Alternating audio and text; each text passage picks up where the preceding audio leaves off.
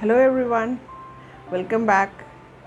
Alright, let's start with the first thing which we have to do to learn to speak in fluent English. Alright, उस चीज़ के बारे में बात करते हैं जो हमें हेल्प करने वाली है इंग्लिश को फ्लुएंटली बोलने के लिए. Alright, ठीक है. सबसे पहली चीज़ ग्रामर के बारे में बात करें आज हम.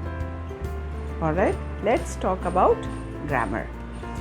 नाउ ग्रामर में सबसे पहले जो आपको जानने की ज़रूरत है कि हिंदी और इंग्लिश का जो सेंटेंस फॉर्मेशन है, सेंटेंस यानी वाक्यों का जो फॉर्मेशन होता है वो बिल्कुल डिफरेंट होता है. हिंदी में हम कहीं से भी अपने वाक्य को स्टार्ट कर सकते हैं. ठीक है, अगर हमको ये कहना है कि यह मेरी किताब है, ठीक है, अगर हम बोल रहे हैं यह मेरी किताब है तो इसको हम अलग अलग तरीक़ों से, ये किताब मेरी है, ये मेरी किताब है, मेरी किताब है, ये कहीं से भी हम स्टार्ट कर सकते हैं. बट जब इंग्लिश की बारी आती है तो हमें एक सेट पैटर्न, एक फॉर्मेट फॉलो करना होता है. हमें एक पैटर्न को ध्यान रखना है, एक फॉर्मूले को ध्यान रखना है, और वो फॉर्मूला होता है सब्जेक्ट, वर्ब एंड ऑब्जेक्ट. यानी हर सेंटेंस में आपको चाहिए सब्जेक्ट, वर्ब, ऑब्जेक्ट. यही पैटर्न आपको हमेशा ध्यान रखना होगा.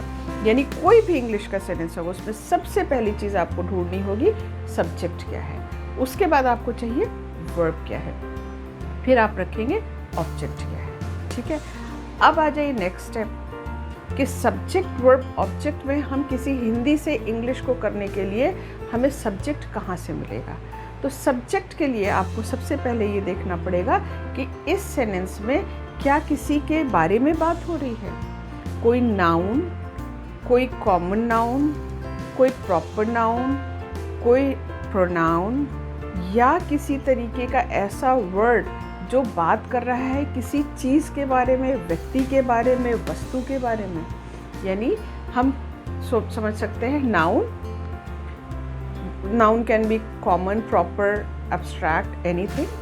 ठीक है, उसके बाद pronoun he, she, it, they. Alright, या फिर this, there, that, those, these. इन सब में से कोई एक वर्ड होगा जो हमारी सब्जेक्ट की जगह लेगा. ठीक है, और उसके बाद हमें रखना है वर्ब. अब वर्ब का जो फॉर्म होता है वो डिसाइड किया जाता है सेंटेंस के लास्ट में क्या आ रहा है, उसके हिसाब से हम वर्ब का फॉर्म डिसाइड करते हैं, और उसके बाद हम ऑब्जेक्ट रखते हैं. मान लीजिए कोई एक सेंटेंस आपको हम दें जिसमें हो कि हमें क्लास में टीचर ने एक नया चैप्टर पढ़ाया. ठीक है, अब यहाँ पर हम भी हैं, टीचर भी है, क्लास भी है, नया चैप्टर भी है और पढ़ाना भी. इसमें से हमें सब्जेक्ट ढूंढने की ज़रूरत है, जिसके लिए हम क्या करेंगे, सबसे पहले हम ये देखेंगे कि क्या जो काम इस सेंटेंस में हो रहा है यानी पढ़ाने का काम, उसको कोई करने वाला मौजूद है.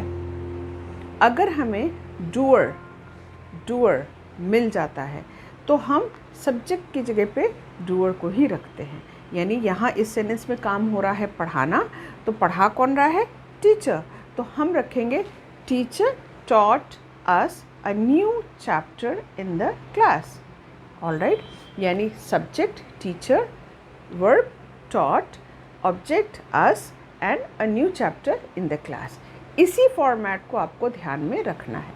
इसी तरीके से और भी सेंटेंसेस होंगे जिनको सीखने के लिए आप प्रैक्टिस करते रहेंगे और हमारे चैनल को देखते रहेंगे. All right, thank you so much for today. Have a good time. Bye.